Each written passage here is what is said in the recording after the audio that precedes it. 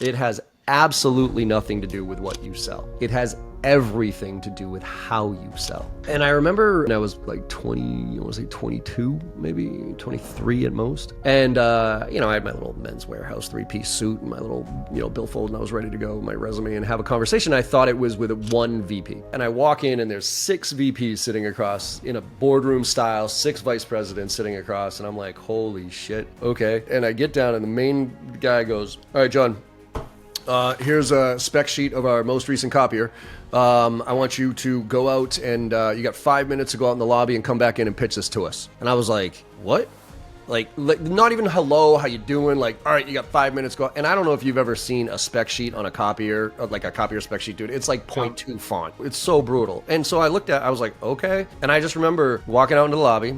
I threw it in the trash. I threw the spec sheet in the trash. I waited 4 minutes and 59 seconds.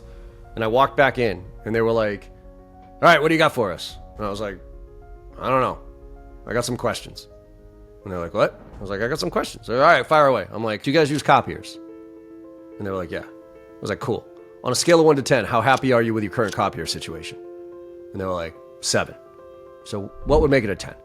And he said, well, if it duplexed, scanned to email, and had a lower cost per click. And I was like, okay, cool. I got a showroom around the corner with a bunch of copiers in it, and a lot of them have duplex, scan to email, and low click rates. You want to go check them out? That was it. And literally all 6 of them looked at each other and then looked at me and said, hey, could you give us a minute?